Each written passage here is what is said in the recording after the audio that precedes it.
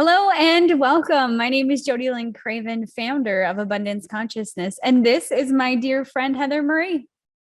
Hi, I'm Heather Marie, founder of Soulgate. Welcome to Channel Squared, where we have extraordinary conversations about everyday life topics. Yeah, today we are diving into how to step out of the spiritual closet. And some of you might be thinking, like, what is that? If you've been afraid to be seen, if you've been afraid to talk about your spiritual gifts, we're going to be diving into all of this today because now more than ever, light workers on this planet need to show up and stand in their power, their gifts, and their abilities. Right, Heather? Absolutely. Yeah. Absolutely. So, did you feel that like when you first started practicing or getting, I know that it's been like a really lifelong journey for you. I feel like my journey was much shorter, like, oh, hey, spirituality, boom, and then my life completely changed. But did you feel fear like stepping into the light of what you do and being a channel, all of that? Oh, absolutely. Absolutely. So, you know, yes, it has been a lifelong journey for me, but that doesn't mean that I didn't have like awakenings, you know? Even though like I had my like abilities or skill set, I didn't realize that I was using them. So that meant that there was still, opportunity for awakening, right? Like, I had definitely had things that happened throughout my life that were like, oh my gosh, wow, like holy moly, just like somebody, you say that your time has been much shorter. Probably not. You've probably been working on it your whole life too. You just had your awakening not too far long ago. So Yes. I feel like, once you have this moment where you're like, oh my gosh, there's so much more, and you're being awakened to who you actually are, then most most people oftentimes find themselves in the spiritual closet, where they just hide out. They don't want anybody to see them. And I mean, let's face it, there's been, lifetimes of persecution for the gifts that we rely on today to kind of navigate us through the experiences that we're having. So, coming out of the spiritual closet can be really scary. Yeah. Yeah. Let's talk about how it looked like for you. You kind of touched on it briefly. But I want to know if you kind of went through the same things. Like, what did hiding look like? Let's just put a spotlight on it so that those who are hiding in the closet know that we have spotted them and it's safe to come out. But what did it look like for you? I think for me, a lot of the being in the closet time frame was about, what are people going to think about me? Mm. Am I going to be judged?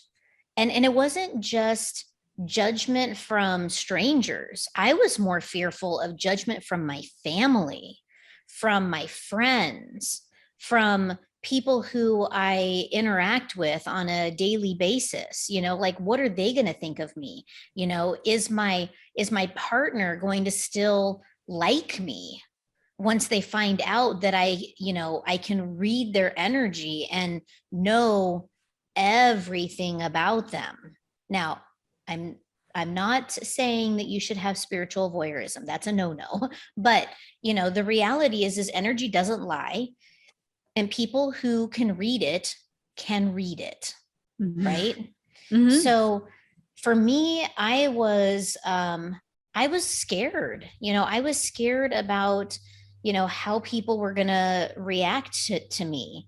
And because I had been in the closet for so long, were they going to, if they were welcoming to me being out of the spiritual closet, they were okay with the woo that I am, were they going to be like, well, why were you hiding? And judge me for the hiding. So it was kind of like a double whammy. Like, are my people still going to love me when I come out of the closet? And then my people who are part of my community, are they going to judge me because I hung out in the closet for so many years of my life? I didn't really come like out of the spiritual closet, like really, really out where I was like, here's my flag, I'm staking my claim, right? Until, just maybe 4 or 5 years ago. So, it's not like, I was like kind of like peeking through the closet opening, Is it safe and yet? every once in a while I'd kind of be like, ooh, but I mean, so until I actually like came out of the spiritual closet.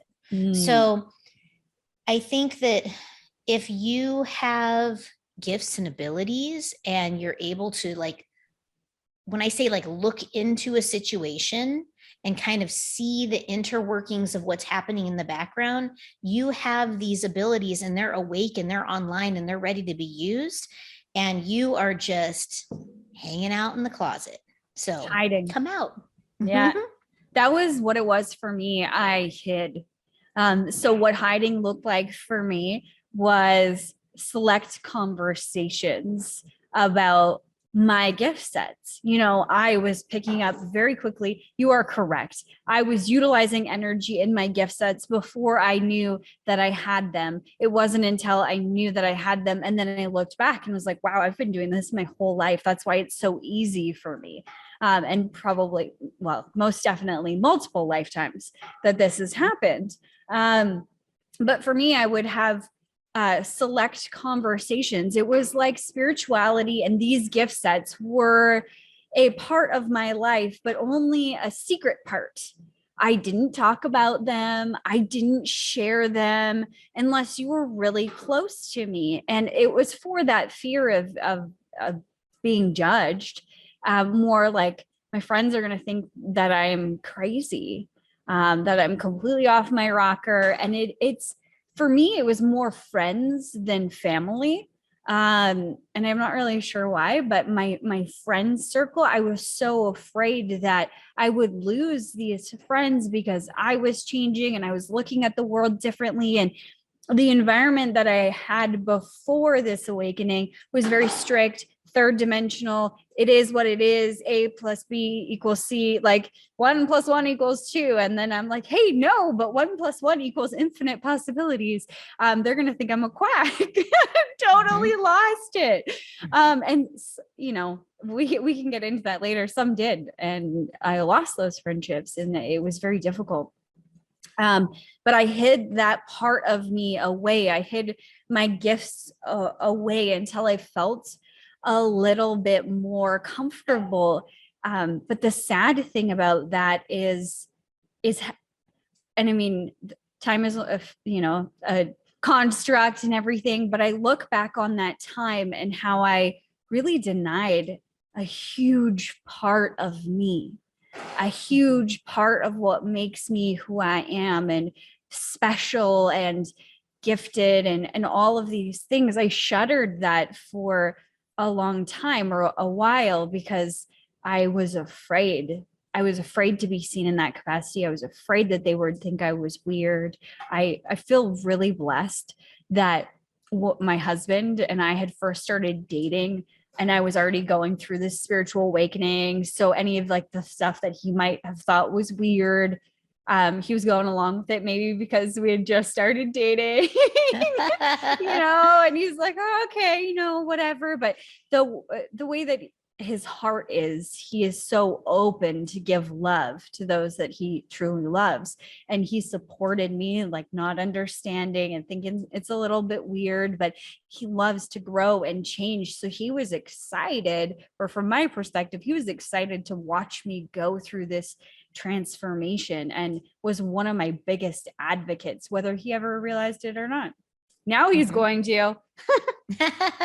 Well, and and I think that's super wonderful that that was the experience that you had. And I think that one of the things that like I really wanted to touch on in this episode is what if you are with somebody who doesn't understand. So when I had my first like really major awakening, I was in a different relationship than I'm in now. And the person that I was in that relationship with could not understand what I was experiencing. It was just not in his wheelhouse. And it made me feel angry because I felt like my soul was experiencing just like almost like a hatred. Like it was some kind of funky weirdo that should stay in a closet, right? Like I was made wrong for having the beliefs that I had. And and the thing You were angry is at that yourself. Sorry to interrupt you, but you were angry with yourself for being different. exactly, exactly. And and I couldn't understand why, I would be able to have these abilities and be able to do these things and work in energy, and it was so natural and intuitive to me that it seemed like I was like, why am I like I'm being tortured because I can do this, but I'm with someone in my life who is making me wrong for it. And so I was mad that I was like, why am I like this? Like, Wow. why can't I just be like him and Normal. be normal? Yeah. Right. And the thing is that in having that experience, it was so important for me to have that experience because it allows me to coach other people through it. Yeah.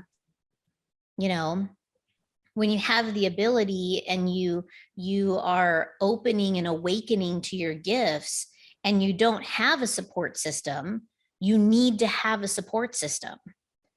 And so that's something that I work with my clients on is, I will be your support system. you know Let me help you navigate this with your family so that your family can understand from your perspective. And sometimes the family doesn't understand, and Mhm. sometimes it's best to break away. I mean, I did, and it was a substantial part of the reason that I broke away. Mhm. And when I met my husband, we met in a woo situation. And Perfect. spirituality is like, it is our life. Like, it is our life. So it can be done. So, like, even though it may seem scary to come out of the closet, it's even scarier for your soul to remain inside. Mm. Yeah, I completely agree with that because there's a reason why you were given these gifts. There's a reason why you're here and they're turning on at this timeline in this space on this planet. Like there is a reason. And and I think that you're just delaying the inevitable, going through lifetime after lifetime till you learn that. And I love how you said that that was your lesson so that you could bring that into what you teach.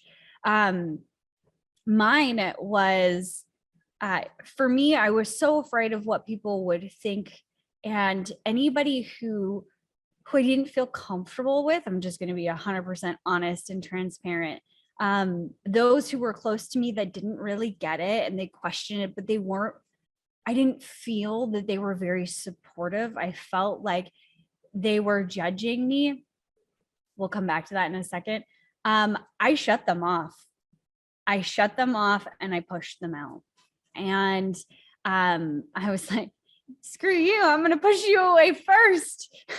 My patterning of like coming up hot, you can't hurt me. And it's so interesting because looking back at that time, I don't know if there's judgment there because we never had the open, honest conversation. I just kind of shut them out and to protect and preserve myself. It's what I needed at that point in time. But I can see now that I was judging myself. And going through that experience, seeing that I was judging myself, seeing how I was not accepting those parts of me fully because I was hiding them, gave me that lesson, gave me the courage to look at everything else. How am I judging myself on all planes? How am I not accepting these pieces of myself and have this deep, deep compassion for myself as well as others, teaching others to have that compassion for themselves when they're going through this. I talk about we're human. It's, we're having a human experience, and it's okay that I went through that time where I shut myself off from other people. Maybe I was judging them and judging myself, because it taught me something. It was for a reason, a bigger purpose. And I see that now.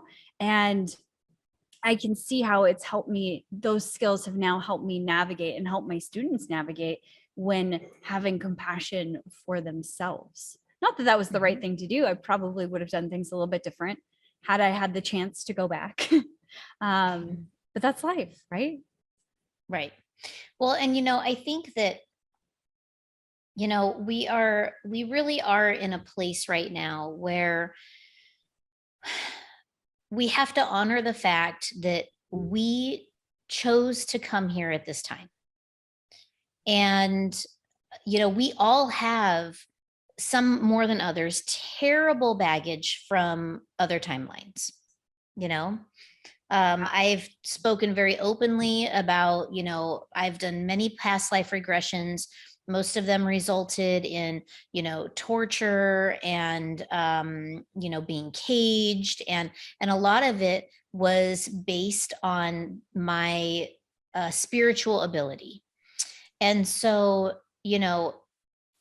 going through this and bringing this stuff up, was more ammunition for my mind to keep me locked away, right? Because I didn't want to go through that again, right? I relived those past life regressions and experienced that as part of my, awakening and coming into who I am. And my brain was like, you are not going there again.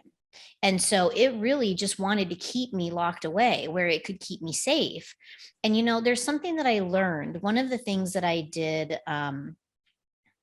many, many, many, many years ago, I went through Landmark. And one of the things that I learned in the Landmark forum was people are going to fear your words more than their own. And so when the brain is going through these, lapses of, I'm so scared, keep her locked in a dark closet.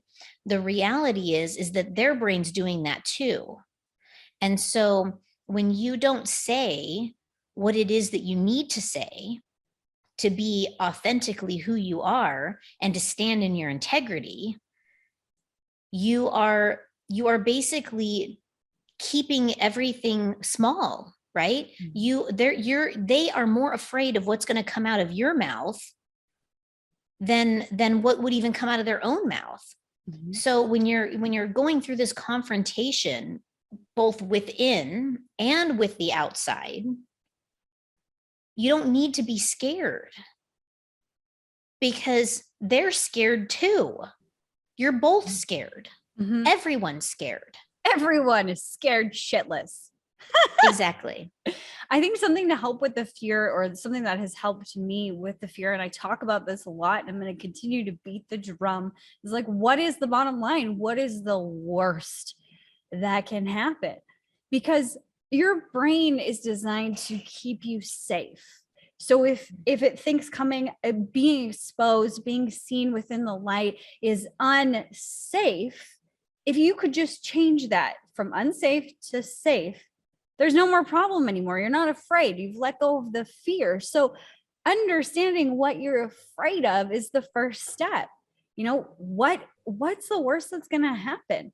My friends are going to leave me. I'm not going to have any friends. This is my usual protocol that I would go through. I'm not going to have any friends, and nobody's going to love me. I'm going to end up all alone in a cardboard box underneath the highway, and I'm going to die. Okay. Great. Awesome. I see that pattern. And that was something that came up regularly for me, is just exactly the way that I said it. So I could back up the pattern. Am I going to die from somebody seeing these gifts and abilities? No. I mean, this isn't the Salem witch trials. This is not that time period anymore. People are awakening. It's becoming mainstream. Like, you're not alone. Okay. Am I going to end up homeless? No, that will never happen to me. These are the reasons why in my mind, because I have a family. I've foreclosed on a home before, and I wasn't homeless. I just slept in my brother's house. If I really needed to, I'm sure I could convince him. Or my parents lived right down the road. If something really catastrophic happened, I can move back in with them. I don't want to. These aren't things that I want to do. But what I'm getting at is when I could reason with my brain, I could see what the fear was, and I could reason with my brain that that isn't reasonable. That's not going to happen. And even if it could happen, this is my clincher. Even if this did happen, the worst thing that I could think of, ending up being homeless, nobody loving me, that's really the ones that I was dealing with, because I'm not going to die. So I'm safe. I'm alive. Those things. I look at everything that I've been through in this lifetime, all of the hardships that I have walked through, all of the bittersweet moments, everything that I've gone through. And then I realize I'm here and I'm great. I'm loving my life. I've learned so much from all of those experiences. I'm so grateful for each and every one of them. And then I look at my fears again. If that was to happen, way worse has happened in my life. And I made it through unscathed, better even, more open, more loving, more compassionate, more joyous. Like, everything about my life I love more today than, when those things were going on. It all led me to this point. So even if the worst thing happens, I've been through worse and I'm just fine. Yep. And then the brain immediately clicks. It's like, okay, there's no longer a threat. The sirens go off, and it might take a few times to go through that, but that reminder that you're going to be okay. Right, exactly. And that is, I think that is such gold, going through that process, that is gold. Break it down process by process, every single thing. Are you going to die? Probably not. Are you going to end up homeless? Probably not.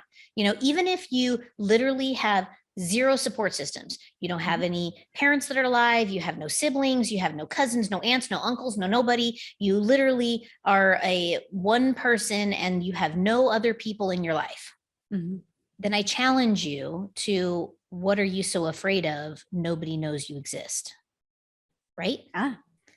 Because the only reason why it's a fear is it's a fear of, I'm going to lose XYZ thing. Exactly. If I come out and say that I read energy, I'm psychic, I'm a medium, I know things that are going to happen, before they happen. I can talk to the dead. I can channel beings from other sides. I talk to aliens, they come to visit me.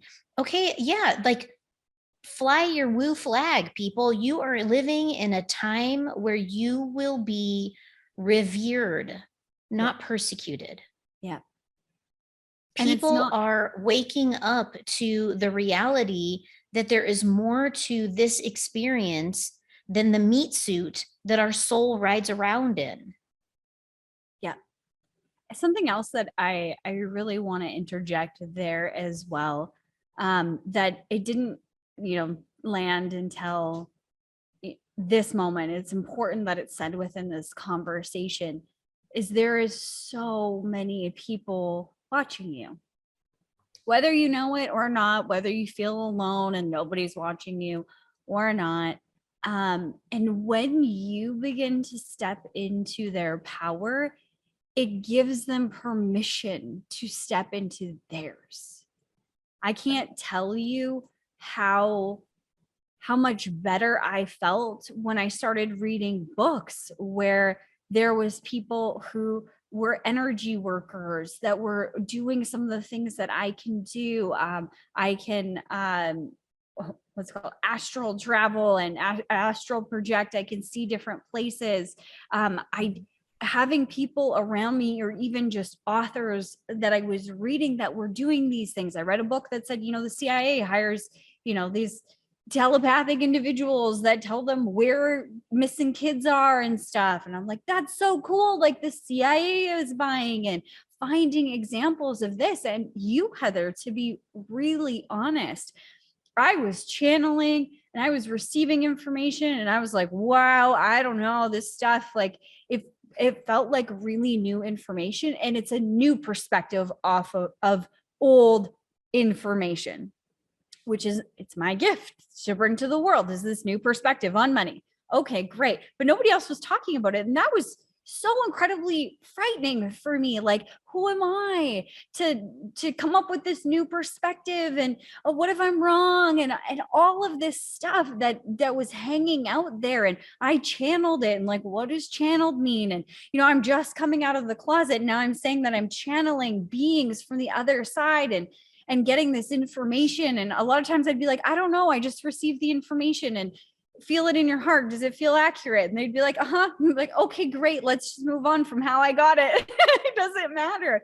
But seeing you, I remember your very first event that you did, the live that you had where you channeled. And I was like, wow, that is incredible, man. Like, that's so cool. And I couldn't wait to be friends with you and to pick your brain, because you were doing the thing that I felt like I could do, and I could learn from you, and I could borrow your courage and borrow your insight, and have all of these things just by seeing you do it and seeing you stand in your own power. So my question is, to the people that are still hiding, how many people are you doing a disservice to by hiding, versus how many people, like, versus the fear of what's going to happen if you allow yourself to be seen? Yeah. And I want to speak to that very first channeling that, when I was ready to come out of the spiritual closet, I hired help because I was so scared. Right. And I'm like, if I go down, I got to take someone with me. So I'm going to hire somebody who can actually help me come out of the spiritual closet. So even though, had already, been channeling for a spiritual group, a couple times a month. And even though I had been doing some, private sessions and things like that in my regular day to day, I didn't stand on the moon with the flag. Right. And when I did that channeling event, the first event that you saw, I would channeled live to over 700 people in a Facebook group. Talk about ripping the Band-Aid off. Like, I was freaked out because I just thought, well, here we go.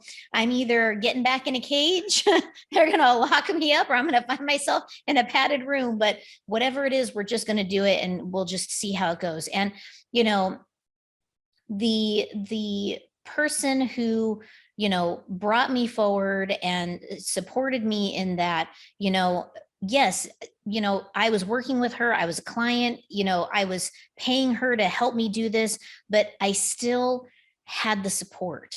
Right. And like, that's the thing, is like, if you don't know how, hire somebody who does, who's already walked the path for you.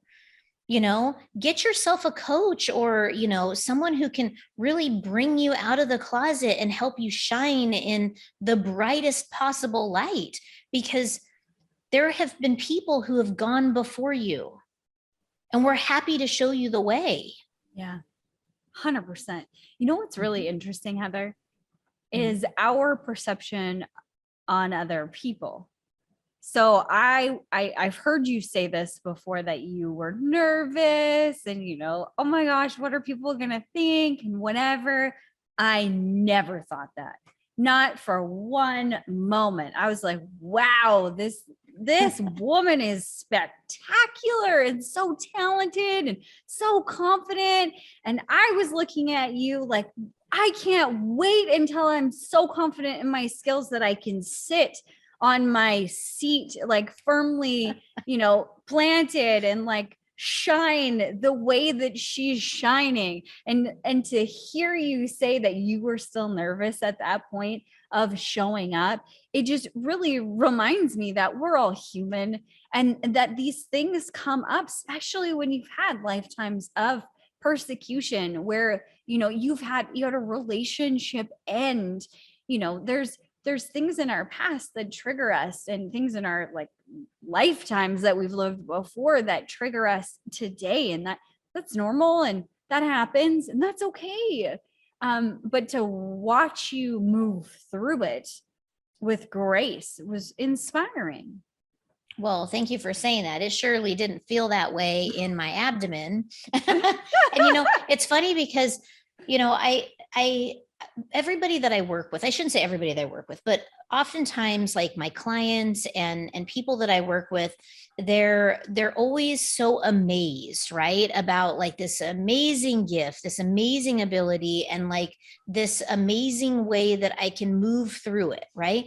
But the reality is on the inside, I'm still getting butterflies. I'm still nervous. Every week when we do this, I'm like, oh my gosh, how do I look? Does my hair look okay? I mean, you'll see me fidget with is my lipstick still good? I feel a little dry spot on my lip. Like all these thoughts are still going through my head. I'm still going through this, what if they don't like me moment, because I'm still human. And I don't try anymore to like shove it down. Like I used to just shove it down. And now I'm like, you know what? I'm just going to be the goofy, weird girl that I am, because that's who I am. And, like it's important that I feel like I look good when I do these things. And it's important that I feel good, and that, it's okay if I'm stressed out, and, I can feel my hair coming out in clumps while I'm waiting for the live button to go on, but that just makes me a human being, right?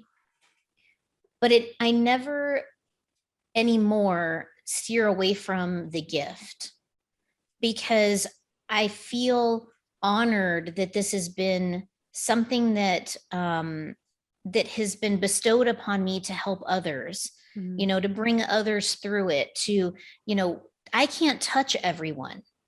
So the more people that I can touch, that I can teach, that I can mold, that I can mentor and help and guide, the more chance this experience has of reaching that, universal love, the togetherness, the oneness, and the better we can be as souls incarnate in human shape, in one place, and I feel like, ultimately that's the goal for me, uplift, inspire people to become and shine their light the way that they're supposed to. And fear has no place here with that. Nope. Nothing to be afraid of. Yeah. No, I not remember, this time. Not this time. You are supported. It's meant to be. For me, I definitely tried to hide. I all out refused. I'm not teaching this. No. I'll tell some of my friends. I'll use, the methods, the abundance keys that are downloading. But I'm not teaching it. Like people are thinking way too weird, going from like traditional financial advisor to the energy behind money, and reading people's energy in their words. And that's what I do. That's one of my gift sets, is seeing where you block yourself with money. And I was like, no, that's too weird. I have a good life. I'm just gonna live it. And I remember it like knocking on the door. Just random people would show up and, what do you think about this? And I would just say something that, like was downloaded divinely in that moment. They're like, wow, you need to teach this. And then over and over again, people kept saying that, wow, you need to teach this. Wow, you are so gifted. I don't know how you do this. And it was to a point where my heart hurt, that I was turning this off, that I had turned that part of me off, because it is my gift set. It was something that I was born to do in this lifetime, that my soul craves. And you know what? Not everything goes absolutely perfect. Not every person that watches my webinar signs up. And, I have the same business things that all entrepreneurs go through. But the difference is, for me, that I've decided that it doesn't matter, because this gives me joy. being in this gift set, doing this is the love of my career life. I love it. And like you just said, I was put here to shine a light on others, and I can't touch everyone. I can't help every single person. But if the message continues to spread of hope and abundance and seeing money differently, our world will drastically shift. And that's the whole new earth paradigm where we're going. That shift is already upon us. And I'm just a part of the navigation crew towards that new life. And those who want to follow in my footsteps or want to learn, whatever from me, they're going to follow. And those who aren't aligned won't. And that's okay. That's okay, because I'm so incredibly passionate about how I do this and why I do this that it doesn't actually matter anymore. It's okay. Right. And, and I think that is something that, when people are stuck in the spiritual closet, there's always this feeling of, what if I'm not accepted? What if nobody buys my thing? What if nobody believes me? What if they think I'm, full of shit? Okay. My very first live channeling in that 700 person group, immediately there was somebody who was a hater immediately. And, and when I was told, wow, you've already found yourself a hater, I was crushed by that. Like, I felt my heart like break into a million pieces, and the person who shared this with me was like, woohoo, go girl, and I was just so heartbroken by it. I really longingly looked at the closet again and thought, well, God, maybe I shouldn't be doing this. God, I already got a hater, and there's already someone that's hating me. And, one out of I haven't like even 700 people. Yeah, but that's the power that we give that stuff, right? Yeah. And so, you're going to have them. Mm-hmm. There's always a troll in the room. Mm-hmm. It's cool. It's cool. They got to have a place to be too. And you know what? If they didn't believe that you were, if they weren't curious and they didn't believe at least a little bit in you, they wouldn't have shown up. Mm-hmm. And so, I did a lot of soul searching around that person who hated me on that first session. And, I came to the place of, what? They showed up because they want to believe. Mm-hmm. And maybe they're not in the right place to surrender into the belief. Yep. And that's okay. And someday when they're ready, I will be here for them. Yeah. And so when you're coming out of the spiritual closet and you're moving into this space where you're going to fly your flag high, and you experience someone who doesn't believe, they're just not there yet. And that's okay. And they may never get there in this lifetime. But as long as you hold it within your heart that it's okay and that you will be there for them when the time is right, it like diminishes all of that fear that they're experiencing, that they're throwing onto you, mm-hmm. that you're a fraud. Yeah. And I think we connect, negative reviews or, somebody saying something like that to us personally. I am bad. I did something wrong. I am bad. And I actually did an IGTV about it yesterday or last week. And I was talking about that and going back to the definition that you give things, because what is the word wrong mean? And it led towards like incorrect. But one of the definitions under wrong was so connected to like, you're a bad human being and you've like messed up really, really bad. It was very, very dark. But if you just leave it at that and connect it to your soul, obviously you're going to be afraid of doing something quote unquote wrong. But if you start to change the perspective of how you see that word, like what is wrong? Like what is What makes someone wrong? Well, maybe they're incorrect. Well, what is incorrect? Well, they don't have their facts straight. Well, what is a fact? Something that is known.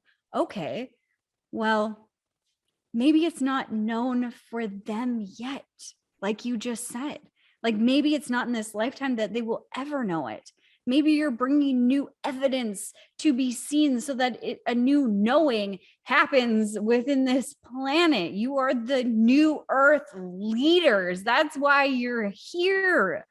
So when you start to look at those individual words, that attachment to what if I'm wrong? And if I'm wrong, that means that I'm bad, starts to ease. And when you start taking a step back from it, you can see, well, if I do something wrong, does it mean that I am bad? I'm bad to the bone. I'm bad at a core level. Like I'm an awful person.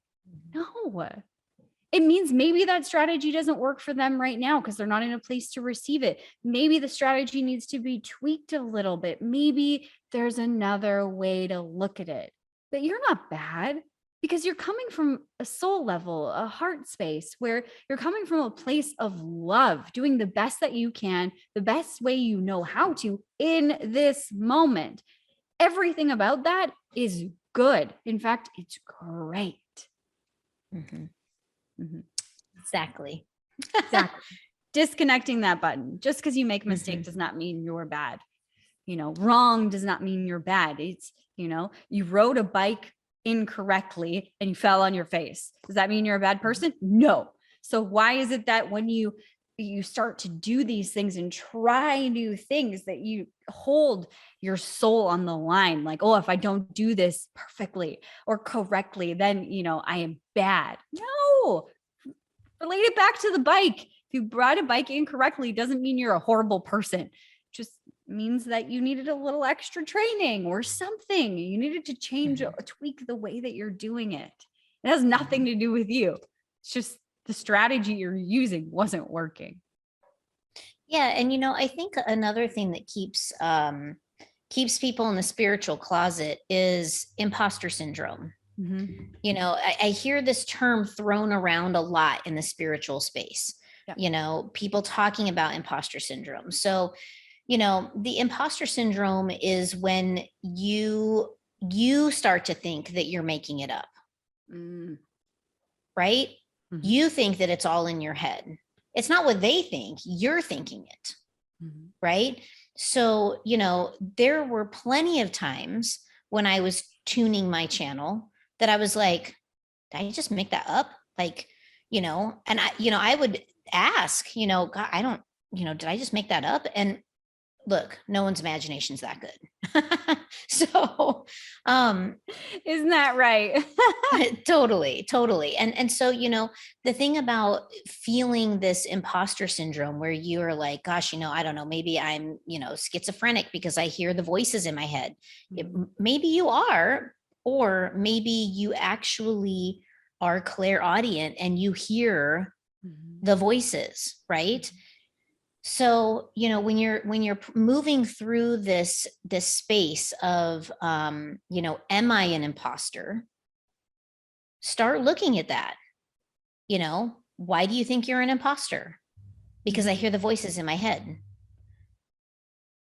Well, do you know who the voices are? Well, yeah, they say blah, blah, blah, blah, blah. Okay.